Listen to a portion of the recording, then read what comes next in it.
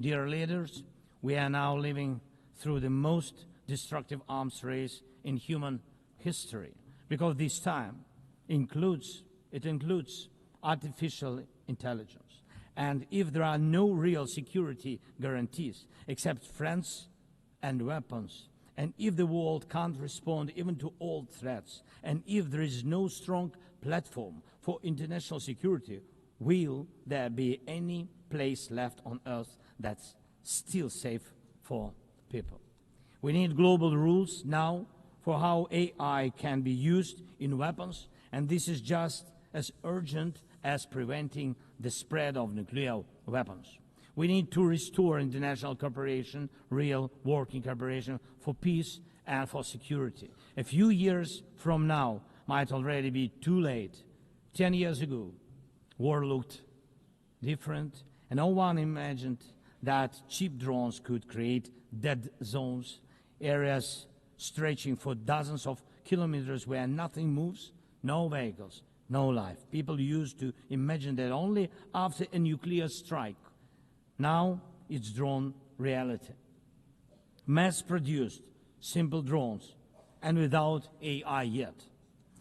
Ukraine doesn't have the big fat missiles dictators love to show off in parades, but we do have drones that can fly up to 2,000-3,000 kilometers. We had no choice but to build them to protect our right to life.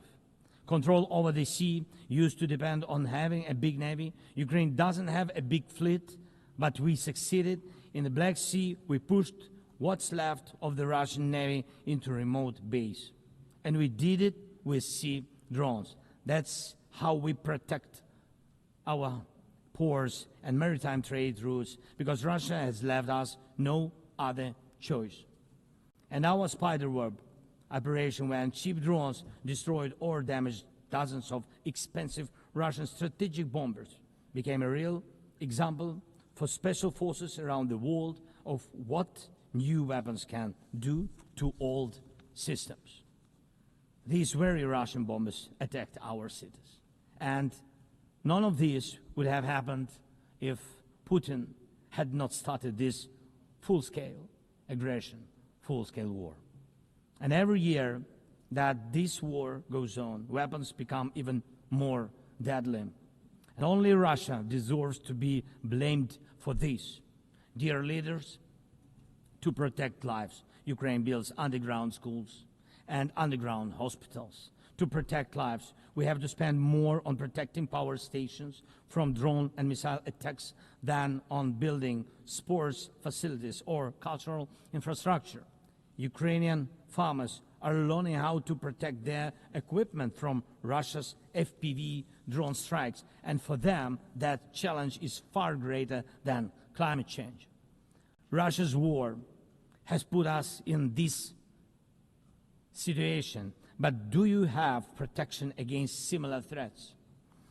The facts are simple. Stopping this war now, and with it, the global arms race, is cheaper than building underground kindergartens or massive bunkers for critical infrastructure later. Stopping Putin now is cheaper than trying to protect every port and every ship from terrorists with sea drones.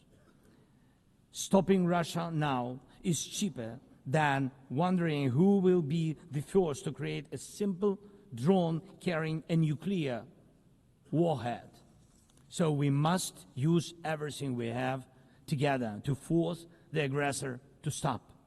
And only then do we have a real chance that this arms race will not end in catastrophe for all of us. If it takes weapons to do it, if it takes pressure on Russia, then it must be done. And it must be done now. Otherwise, Putin will keep driving the war forward wider and deeper. And we told you before, Ukraine is only the first, and now Russian drones are already flying across Europe, and Russian operations are already spreading across countries, and Putin wants to continue this war by expanding it, and no one can feel safe right now. So first, we are now building a new security architecture for ourselves. More than 30 countries are already part of our coalition, and we are strengthening army, launching joint weapons production with partners, and defining financial commitments for defense in a way that could become a security model for any other nation.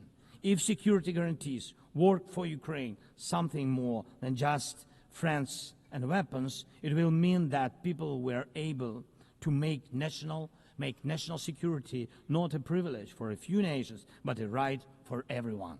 Second, we are ready to make our modern weapons become your modern security, your modern weapon. And we have decided to open up arms exports. And these are powerful systems tested in a real war when every international institution failed. And we are also ready to grow our defense production together with strong partners so that their protection is modern and reliable. You don't need to start this race from scratch. We're ready to share what has already proven itself in real defense. And third, many in the world are still relaxed. Still. But look at how many countries are here at this General Assembly, countries that are at war, or just came out of war, or are trying to stop one, or openly getting ready for one. War has already reached too many people to pretend it has nothing to do with you. So it depends on you. Whether you help peace or continue trading with Russia and helping Russia to fund this war, it depends on you. Whether prisoners of war will be freed, whether abducted children will come home, whether hostages will be free. It depends on you. What will define existence? War like now, or our joint strong actions as it should be?